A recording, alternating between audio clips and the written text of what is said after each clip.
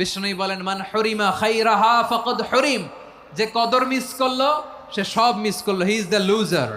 আচ্ছা বলেন, এই বরকতের মাসে আমরা কি লুজার হতে চাই না গেইনার হতে চাই?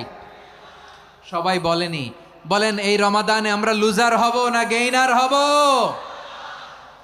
ইন্না আনজালনাহু ফি লাইলাতিল কদরি ওয়া মা আদরাকা মা লাইলাতুল কদর লাইলাতুল কদরি খায়রুম মিন আলফি শাহর। পড়েন আল্লাহু আকবার।